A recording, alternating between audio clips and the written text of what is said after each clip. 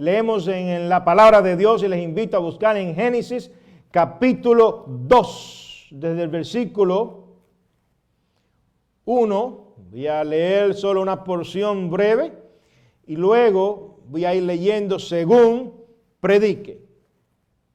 Voy a leer desde el versículo 1 al 4. Dice así: fueron pues acabados los cielos y la tierra y todo lo que hay en ellos.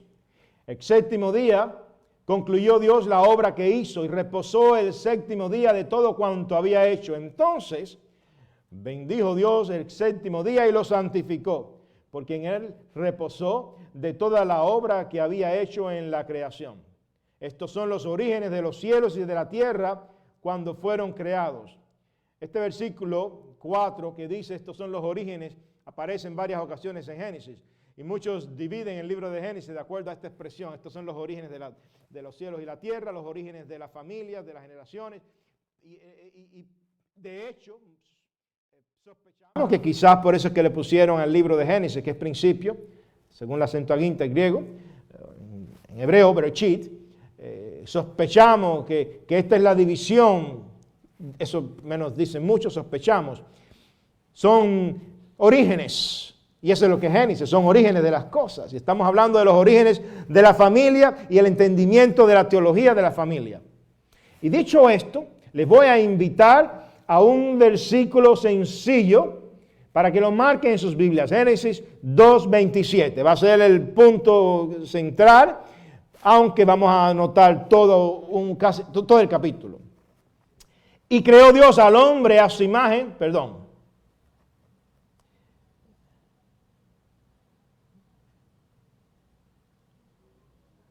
Déjenme hacer un cambio aquí porque a veces uno comete disparate con la tecnología. Estas son cosas que no pueden pasar, me quitan tiempo, pero bueno, vamos a hacer un... Okay. Versículo 21 al 23.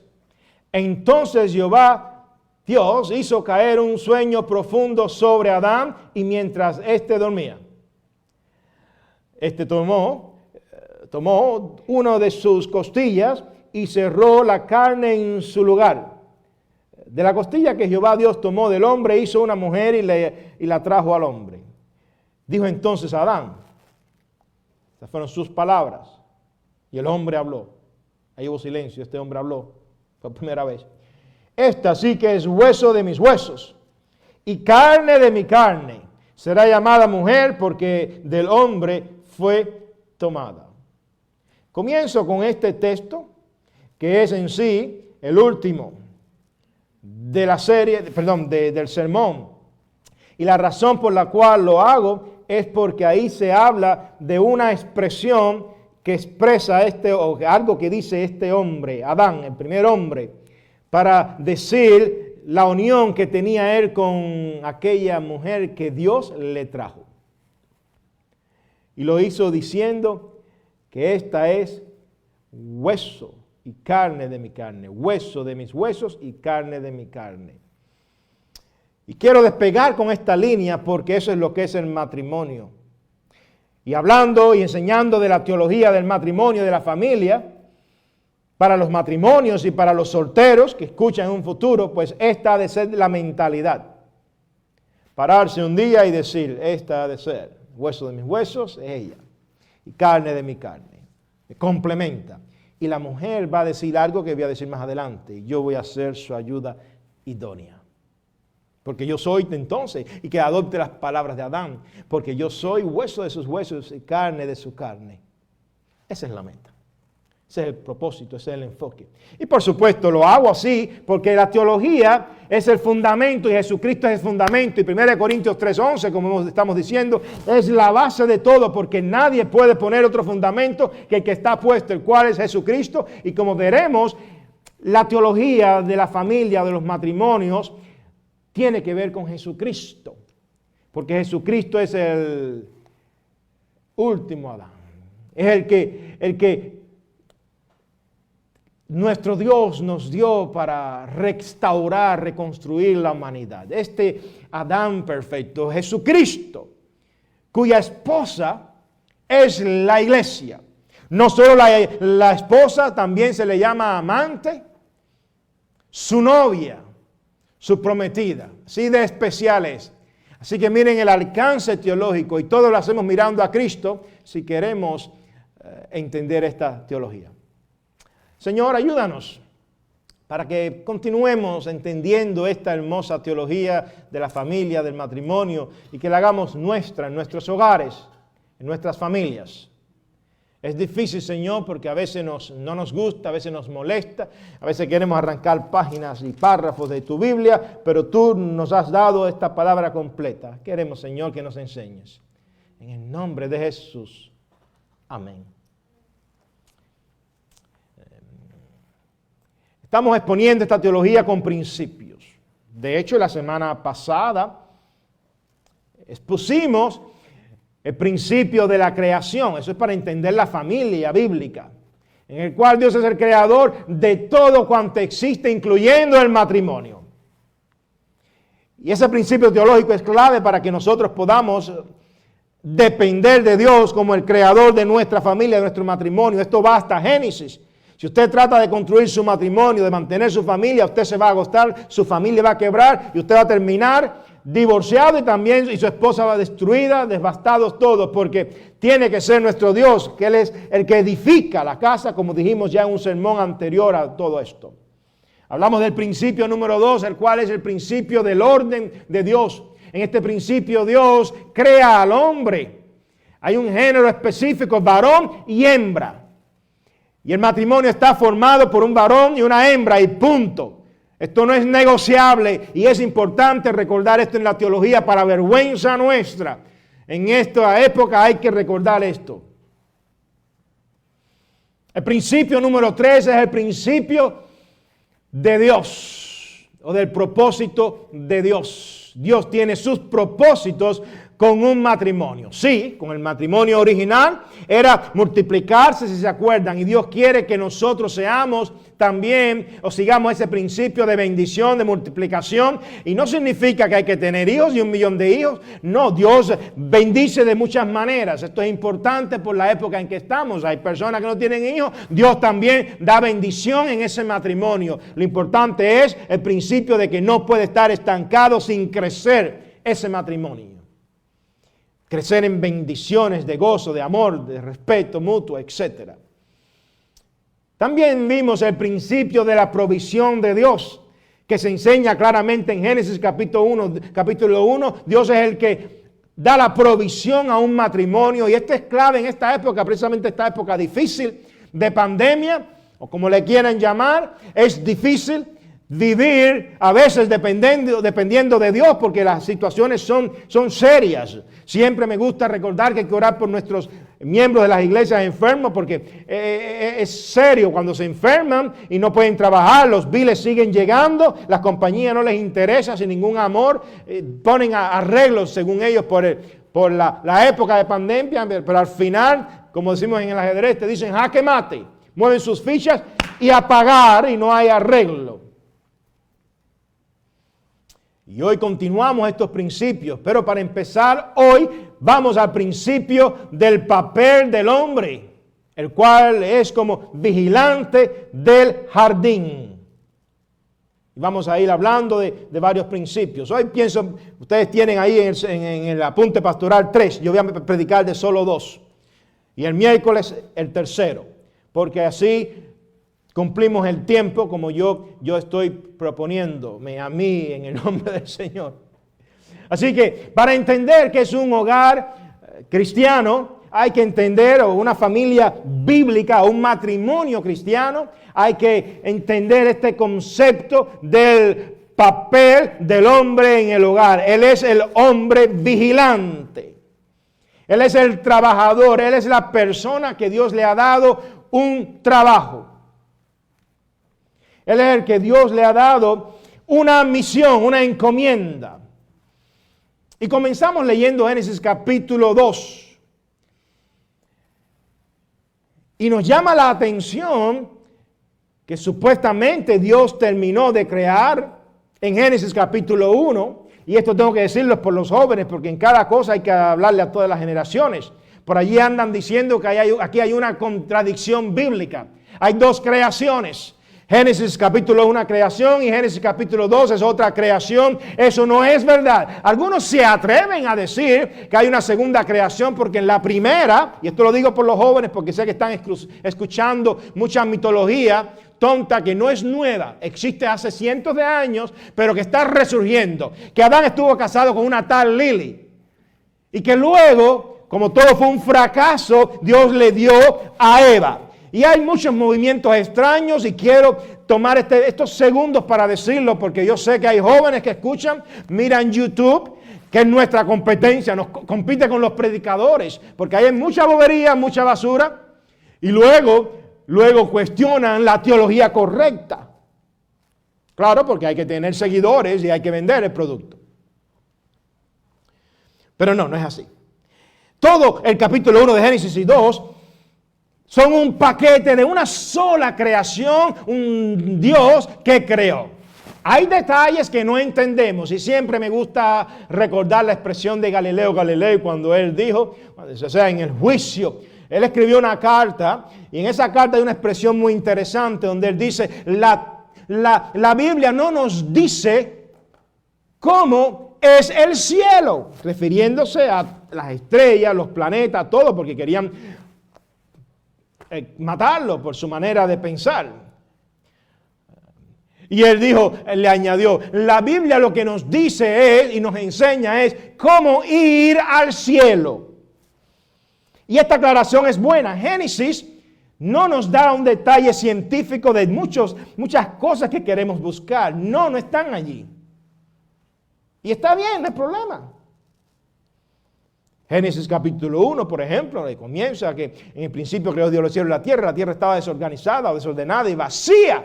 Entonces la gente dice, en lo cual tiene sentido. Entonces Dios creó y dejó el planeta así, todo el universo creado, y por mucho tiempo.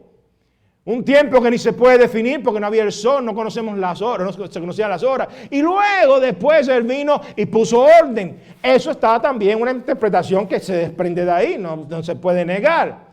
Pero no nos vamos a pelear por estas cosas. Pero por lo que sí vamos a pelear es por los principios que Dios quiere que aprendamos de su palabra. No es un libro para decirnos la ciencia, hablar del DNA, porque por cierto hay insinuaciones del DNA, interesante. Esto no es en la mañana para predicarlo, pero hay algún día, veremos. Él nos habla de la tierra siendo redonda, un círculo, como dice Isaías. Primera vez en la historia que aparece un libro diciendo que la tierra es un círculo. Extraordinario. ¿Qué satélite tenían ellos para saberlo? Bueno, con esto digo que hay cosas que la Biblia nos da interesantes, pero no es un libro científico.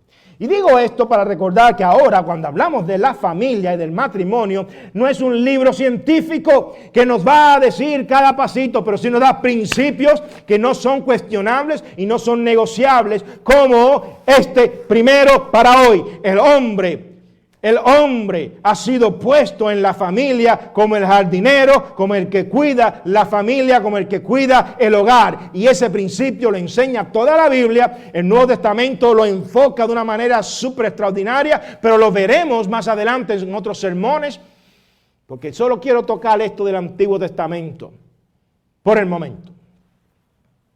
Y es un principio que no tiene discusión. Dios se le acercó a aquel hombre creado y lo puso en un huerto. Y nos llama la atención sobre esto, porque sin duda alguna Dios plantó el huerto. Fue Dios. O sea que el jardín era de Dios, y eso no tiene duda. Él lo plantó. O sea que ahora llega Adán y Dios le da el trabajo, pero él no fue el que lo plantó, él no fue el que lo regó, él no fue el que lo preparó, para que tuviera... No. Él llegó ahí cómodo. Que por cierto, esto tiene un toque teológico para las familias. Les voy a decir por qué. Porque cuando el pueblo de Dios, continúo, salió de Egipto, aquellos miles de matrimonios y familias que salieron de Egipto, salieron por fe y no tenían ni idea de cómo, bueno, una corrección, no salieron expulsados, ¡puf! Porque, oye, causaron bastante tragedia en los egipcios. Salieron, estaban desorganizados, regados. Y Moisés recibió el libro de Génesis de parte de Dios, bueno, toda la ley. Y se los expuso, se los predicó. Y ellos tenían que entender que nuestro Dios era superior a todos los dioses de la creación de los egipcios. Y en cuanto a la familia, ellos tenían que entender que había un orden que ellos tenían que corregir y estar seguros que iban a caminar por ese orden. El hombre era responsable. El hombre es responsable de la familia, del jardín que Dios nos ha dado. Y por cierto, esto es algo hermoso que la palabra nos enseña, porque nos dice en la Escritura que Dios nos dio ese jardín, o Dios dio ese jardín, se lo dio a Adán ya preparado, aún con un sistema de regadío. Y lo puso de una manera tan, bueno, era mucha riqueza. Para que tengan una idea, dice el versículo 8, Jehová Dios plantó un huerto en Edén al oriente. Jehová plantó.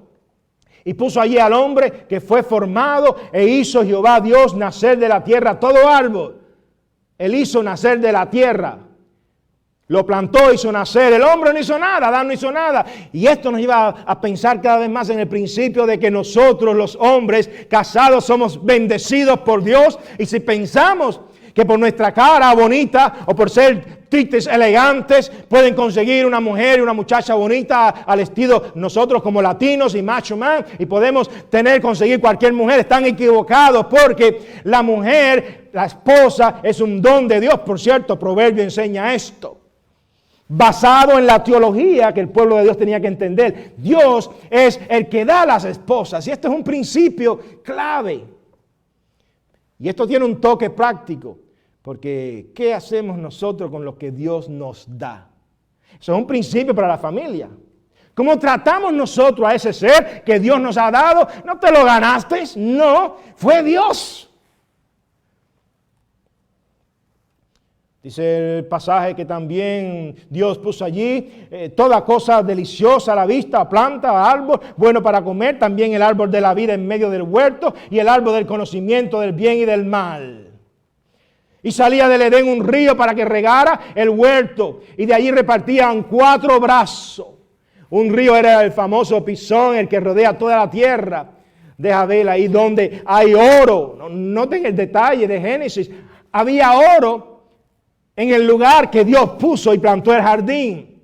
Y esto tiene un significado muy grande porque Dios pone al hombre en un lugar especial, en una familia, le da a su esposa, primero le da una novia, no un amante, no alguien para que se vaya a la cama y fornique y no aprecie el respeto. Hoy en día hay poco divorcio y la razón por la cual hay menos divorcio que antes es porque se están casando menos. Hasta hace unos 5 o 6 años las estadísticas eran exageradas. Bueno, no exageradas, eran reales, exuberantes, números grandes. Porque se divorciaban las personas, pero el divorcio disminuye porque las personas no se casan. Los hombres ya no quieren el compromiso. Y estoy hablando ahora al hombre. Ahorita va a la mujer, a la esposa. Y el hombre ha recibido un jardín. Salía en los 4 ríos aquellos, como 4 brazos. Había riqueza. Dios plantó aquel lugar. Dios te da riqueza, te da una familia. Y no se queda aquí, ahorita viene lo de las esposas. Pero ¿qué hacemos nosotros con lo que Dios nos da?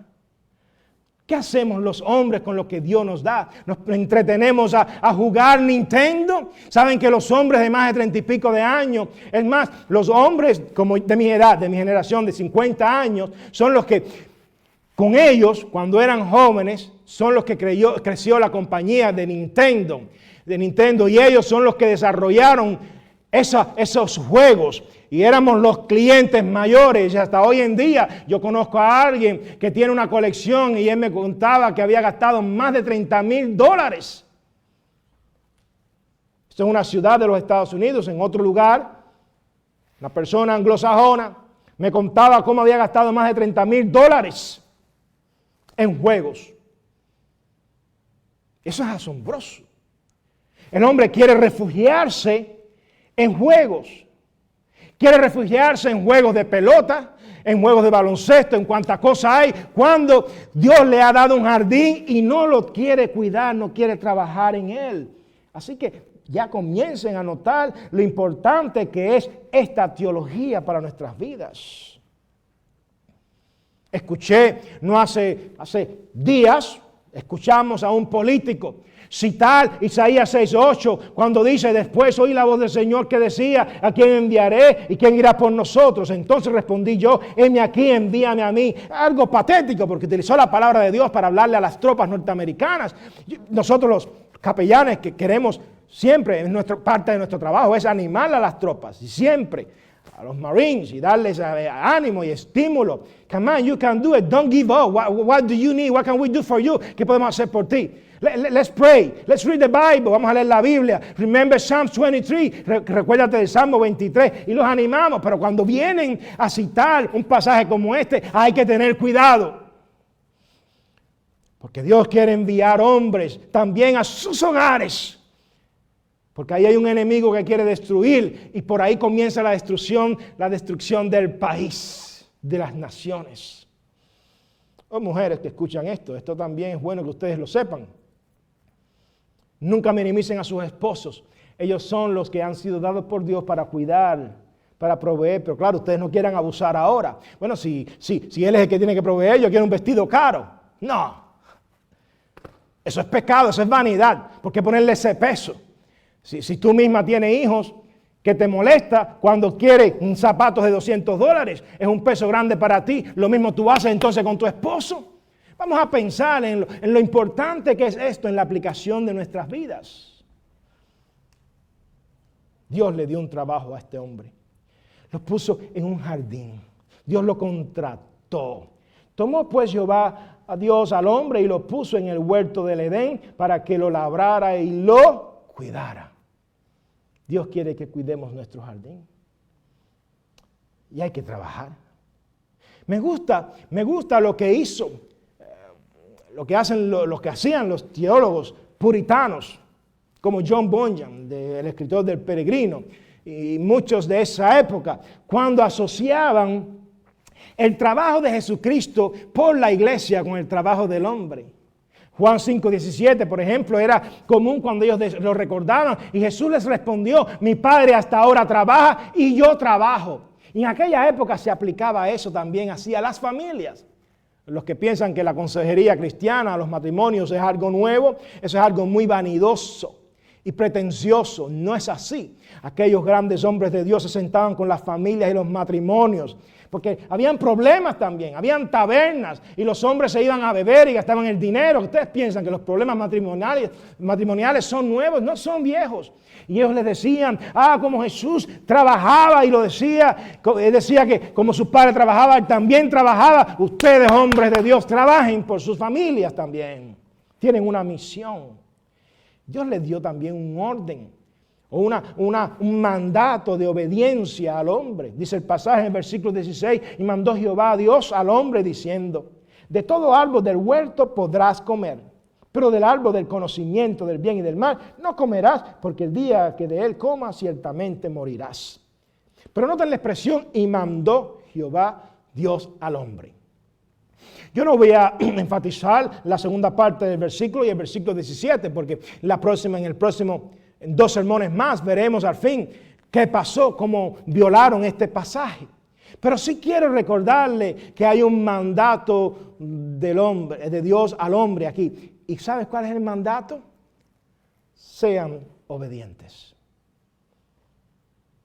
En el principio del papel del hombre en la familia, si hay algo que hemos de recordar, es ser obedientes a Dios. La obediencia es uno de los eslabones perdidos. La obediencia es algo, fíjense, voy a ponérselo teológicamente de esta manera. Hay cosas que son teológicas y que son obligadas por la Biblia, es teología obligada, pónganlo así. Hay cosas que quizás hay que orar por ellas. Pero, por ejemplo, no hay que orar: Señor, dame amor por mi esposa. No, eso es una orden, como veremos ahorita en el Nuevo Testamento. Hay que amar a nuestras esposas, es una orden. Hay que ser obediente. No podemos hacer como el hombre latino que normalmente cuando no son cristianos, en su gran mayoría, tienen otros hijos con otras mujeres y algunas nunca se casaron. Mujeres fueran del matrimonio. Eso pasa en todas las culturas. Pero hablo del contexto latino. Es así. Porque nuestras abuelas, nuestros abuelos, nuestros antepasados nos enseñaron, ustedes son hombres, son machos, pueden ser así. No. Nosotros, hombres, cuando tenemos a Cristo, amamos diferente al mundo. Y tenemos que ser obedientes en lo que es el mandato del amor. Fíjense cuánta implicación. Un hombre obediente a Dios es la necesidad del momento. Y no cabe duda que la obediencia es lo que sí cambia vidas y cambia hogares. ¿Saben cuántos hombres desobedientes hay? Un hombre es desobediente cada vez que se enfría y no quiere buscar de la comunión del pueblo de Dios. Se llama iglesia. Un hombre es desobediente cada vez que ignora cuando sus hijos tienen problemas y él está ocupado en sus cosas, en sus quehaceres y no se preocupa por enseñarles, por sentarse con ellos. Es difícil, es agotador, pero son sus hijos. ¿Quién lo va a hacer? ¿El sistema escolar? Un hombre es desobediente cuando no se sienta con su familia y le enseña Biblia. Oh, ¿cuántas veces no practicamos esa desobediencia? Es que los mismos hombres cristianos a veces no saben ni Biblia.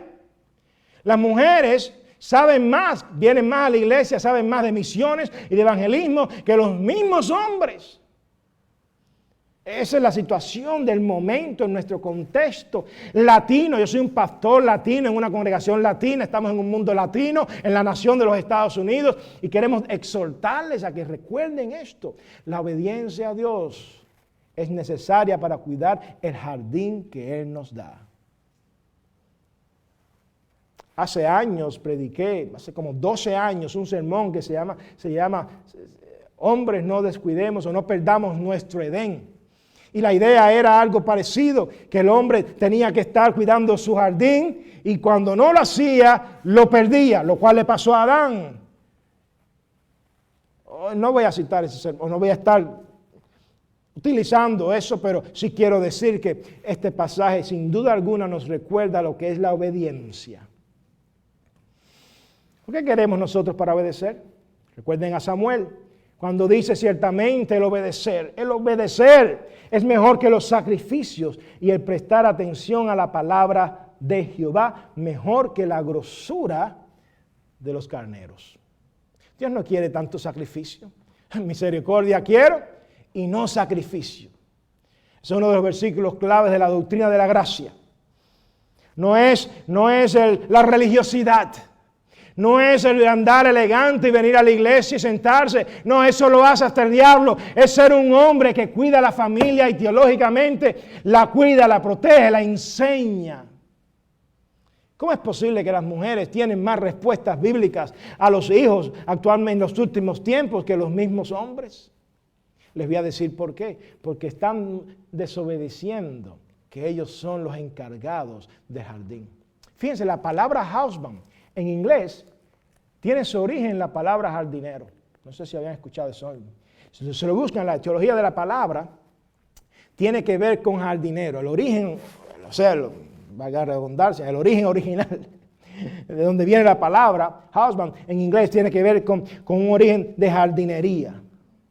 Y eso es algo interesante porque quizás en el inglés en aquella época, los puritanos y aquellas personas, o los anglicanos de aquella época, tenían un concepto más claro de lo que era el norte de Europa, de lo que era ser esposo.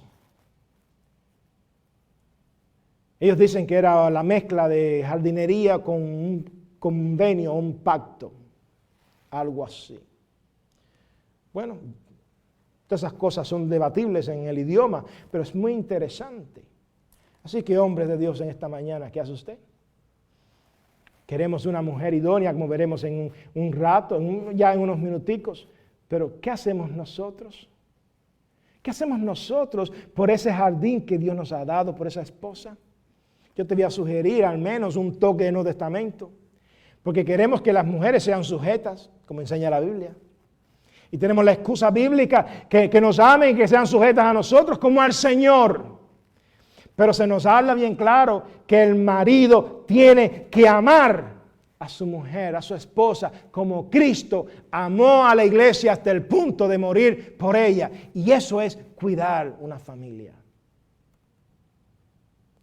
Recuerdo un teólogo una vez en el seminario, hablando de otro teólogo, una ilustración que nos dio de cuando él estudió en Europa. Él dice que le llamó la atención a aquel teólogo porque se refería al Quijote. Esto era un escocés. Le llamaba la atención al Quijote.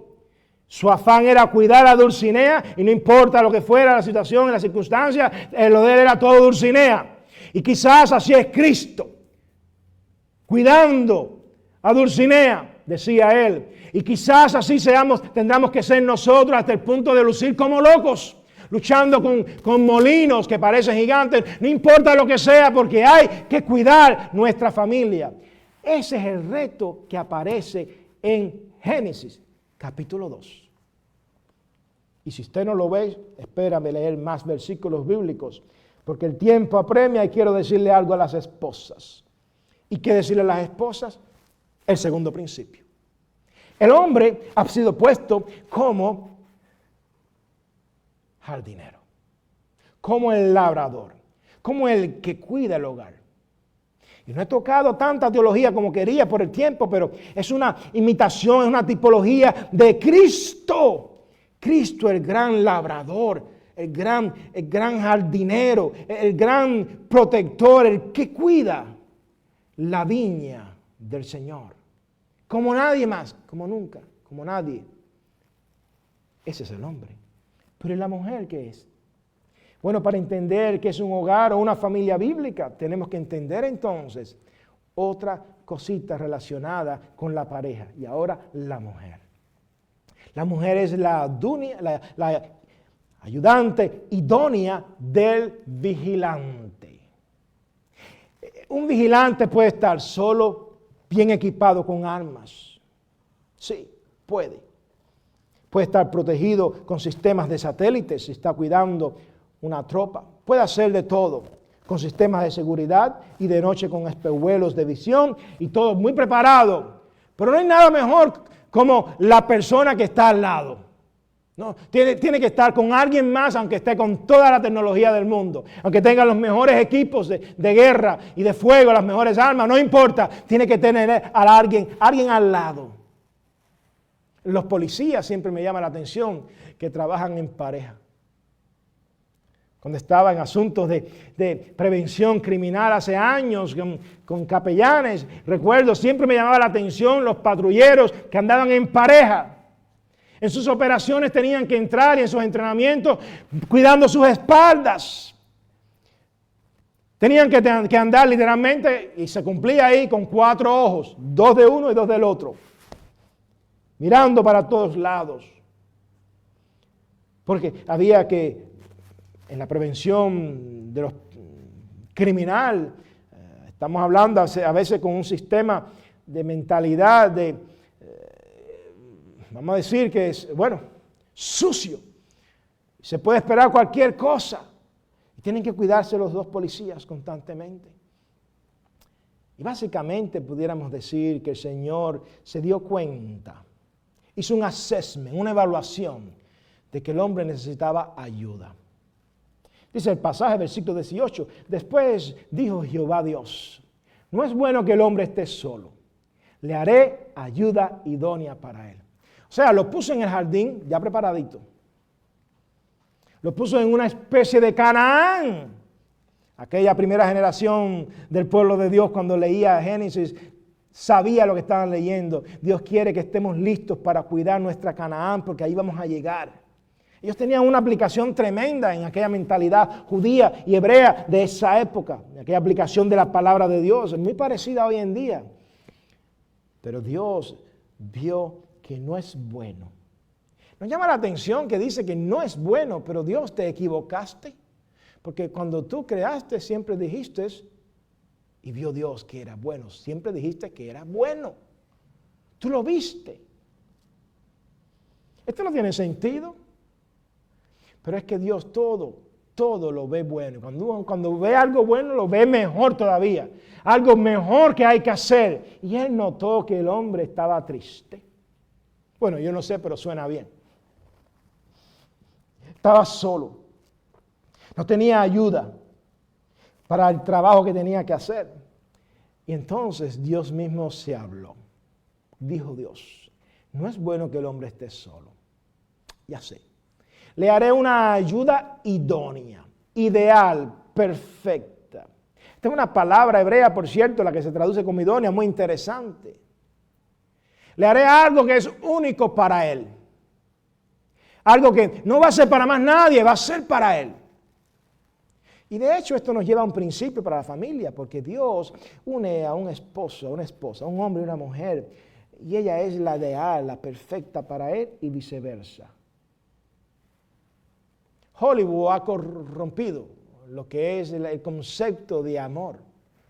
Hollywood presenta a la mujer bonita, tiene que ser por el físico, y siempre por el físico, y pone esas mujeres en las películas, y todo es esa belleza. Y a veces tienen mucha inteligencia criminal, porque son ladronas, y son asesinas, y son cuantas cosas hay, y esas son las mujeres de Hollywood de las películas. Pero esa no es la mujer ideal, no es esa. No es esa superwoman de las películas, no es esa. El concepto de la mujer ideal, idónea, que Dios tiene para un hombre no es así. Es la mujer que está en el jardín junto con el hombre, también vigilando junto con el hombre, también cuidando, también protegiendo. Y como veremos en otro sermón, no yéndose a hablar con la serpiente, no escuchando otras palabras y otros sonidos, sino el de su esposo, el de Adán. Esa es la ayuda idónea, cuidando la espalda de su esposo. Notemos que Dios dijo, no es bueno que el hombre esté solo. Y cuando Dios nota eso, cuando Dios hace un assessment, una evaluación de algo, Él no se equivoca y Él da la pareja perfecta. No la mejor mujer del mundo, no lo es, hay muchas, pero sí la perfecta para ti. No, un esposo quizás no sea el mejor esposo del mundo, no es el perfecto, el ideal, pero sí para ti lo es. Y este es el concepto del amor bíblico. A veces queremos el amor al estilo de Hollywood, pero el amor bíblico no es así. Por eso es que hay hombres que nunca están satisfechos con las mujeres, con la mujer de su juventud. Y por eso yo a veces quisiera recordarles lo que la Biblia enseña en Proverbios 5:16. Se derramarán por fuera tus manantiales, tus arroyos de agua por las calles, refiriéndose al amor, y añade 17, sean para ti solo y no para los extraños contigo. O sea, tu esposa es para ti. Abrázate de ella. O cantares que ama de que se goce, y esto suena un poco feo, pornográfico, pero es así, con los senos de tu esposa. Es tu esposa. Y esposa, espera eso de tu esposo. ¿Por qué predicamos esto? ¿Por qué decimos estas cosas? Porque es ilustración de la palabra de Dios, de lo que Dios quiere de una dama. Es ayuda ideal para estar con él vigilando el jardín. Es ayuda ideal para estar con él vigilando los hijos, proveyéndole a la familia, no siendo egoísta, sino preocupándose por él y por toda la familia, chequeando sus hijos, sus familiares, y si no tienen hijos, pues mutuamente entre ellos. Porque siempre hay algo que hacer, no para ser egoístas. Yo siempre cito algo que me tocó cuando era teenager. Escuché un matrimonio joven en una de las iglesias donde crecí, discutiendo, y escuché historia de ellos. Y era una muchacha muy bonita, porque los teenagers teníamos esa opinión de ella, que era muy fina, muy agradable. Y él, bueno, no teníamos la mejor opinión de él. Era lo que se decía en mi país, en Cuba, un tite. Se creía muy lindón. Y una vez discutieron porque él quería una tela que se compraron para hacerse una camisa. Yo nunca olvidaré eso, creo que lo he dicho en otras ocasiones, pero para mí eso fue chocante escuchar los juveniles, pero ¿qué le pasa a él? Y nosotros que éramos teenagers, mal hablados, todavía no habíamos sido bien tocados por Cristo, como teníamos que haber sido tocados antes. No, hablábamos mal fácilmente. ¿Pero qué se cree este? Tic, tic, tic, tic. Mira que tic, tic, tic, tic. ¿Cómo que quiere hacerse una camisa? La ropa es más bonita, es de la esposa. Esa era la opinión. Pero para qué el hombre no era así. Dios quiere una mujer ideal, una mujer idónea, una mujer que esté allí. Pero ¿cómo es esto? Ahora viene lo más fuerte. Dice la Biblia, entonces Jehová Dios hizo caer un sueño profundo.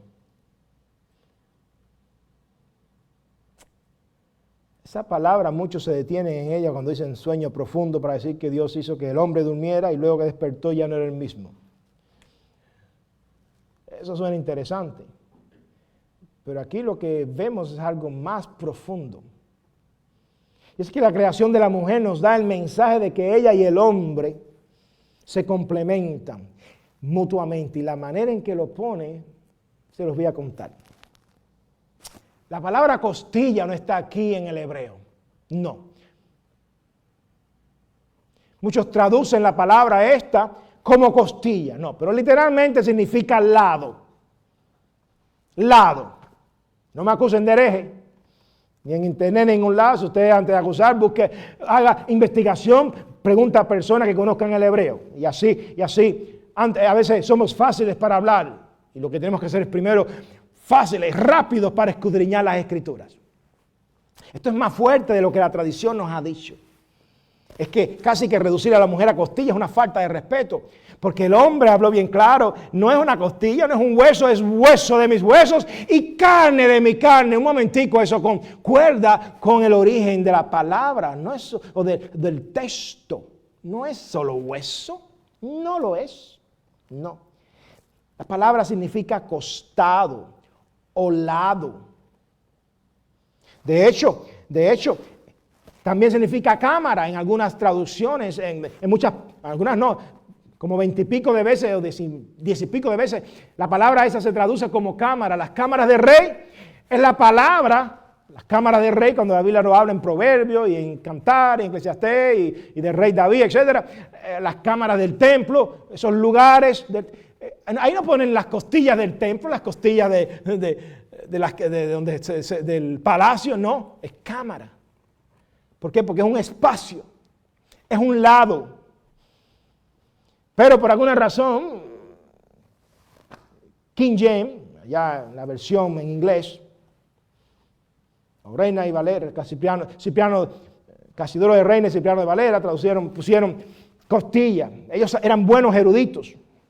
Pero la razón por la cual pasó es porque para ellos tenía sentido, bueno, de ahí salió. Pero no fue así. De un costado del hombre salió aquella mujer. Dios formó aquella mujer. Dios creó aquella mujer de un costado. De ahí que viene la idea de media naranja. O tu mitad. ¿Dónde está tu mitad? Una expresión muy hebrea, muy judía. ¿Cuál es tu mitad? ¿Dónde está tu mitad? ¿Vino? La mitad. Muchos se se apresuran a decir que en el texto hebreo lo que enseña es que es como que Dios tomó la mitad. Va más allá. Yo no voy a forzar el pasaje así porque habría que hacer más estudios hebreos para eso. El mío es muy limitado, pero lo que yo sí sé es suficiente para decirle, no es costilla. De un lado él hizo la mujer y vino y se la trajo al hombre. Se la puso al lado. ¿Y saben por qué? Porque cuando fue Dios a buscarle pareja, empezó a traerle animales. Ok, Adán, ven acá. Imagino que Dios no tomó ahí forma de hombre y nada de eso, pero imagino que se hubiese hecho. Cristo es la forma de Dios. Es la imagen visible del Dios invisible, pero si hubiese estado ahí el Señor, le hubiese puesto el brazo por encima de Adán y ven acá, Adán, vamos a hablar aquí. Vamos a buscarte una pareja, alguien para ti. A ver, mira mira el gatico, no sirve. El perrito, el caballo, la yegua, mejor dicho. Mira aquello. No sirven. Entonces Dios fue el que entró en el asunto y dijo, ¿sabes qué? Voy a volver a trabajar. Dame un chance. Y lo durmió. Y entonces Dios sacó una parte de él, una mitad. un costado. Y es por eso que cuando Él recibe a la mujer, entonces Él dice, esta sí, no los animales, esta sí que es hueso de mis huesos y carne de mi carne, y será llamada mujer, porque del hombre fue tomada. La palabra mujer es parecida a la palabra hombre en hebreo. Ich, se parecen. Y esta sí. Me llama la atención porque Dios quiere que la mujer sepa y entienda que no es cualquier ser. La ayuda idónea es un ser que Dios ha hecho, ha formado de toda una parte del hombre. No de un hueso, no de una costilla, de toda una parte del hombre. Y se la trajo. Para que los dos se unieran y de aquí se despega la teología y los dos son entonces una sola carne. Se unen. Dos mitades, dos seres. Muchos eruditos hebreos dicen, bueno, eso es un lenguaje metafórico para decir que dos mitades se unen. Suena bien, yo no voy a empujarle a ver el lenguaje metafórico, le tengo miedo en la teología. Yo soy más literal. Pero cuando miramos eso, tiene sentido. Me gusta Matthew Henry. Hace 200 años, aquel gran teólogo y erudito inglés, esto es lo que él escribió refiriéndose a este pasaje. La mujer no fue hecha de su cabeza para no gobernarlo, ni de sus pies para ser pisoteada por él, sino de su costado. Matthew Henry hace 200 años era tremendo erudito bíblico. Él sabía lo que estaba diciendo. De su costado, no de la costilla, de su costado, para ser igual a él. Los que acusan a los hombres cristianos de ser machistas y, bueno, cuidado mujer. No, Cristo levantó a la esposa, a las mujeres. Matthew Henry, tremendo, dice, para ser igual a él, debajo de su brazo, para ser protegido. Y cerca de su corazón para ser amada. How you like that? Amados hermanos, esa es la creación. Este es el principio de la creación. La mujer es idónea para cuidar en todo junto con su esposo. ¿Lo hace usted? ¿Cuida usted su hogar? ¿Cuida usted la fe en su familia? ¿Cuida usted del tiempo de la oración?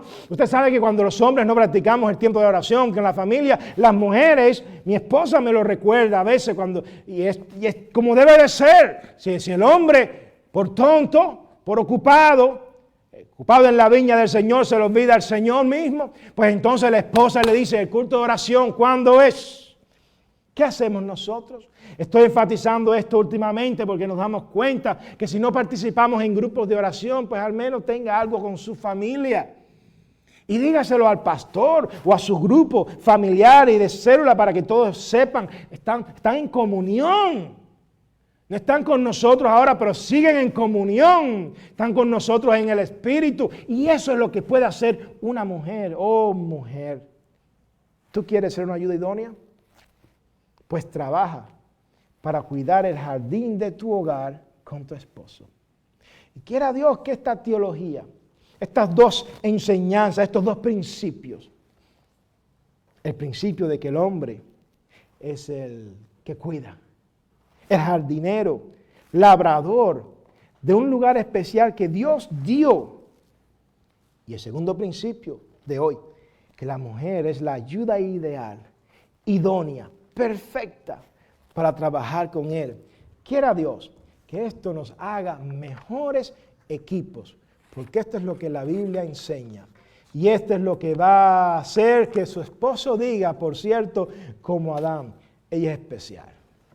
Ella es hueso de mis huesos y carne de mi carne. Es parte mía. Esposa, ¿usted quiere eso? Bueno, pues sea entonces usted ayuda idónea. Amén.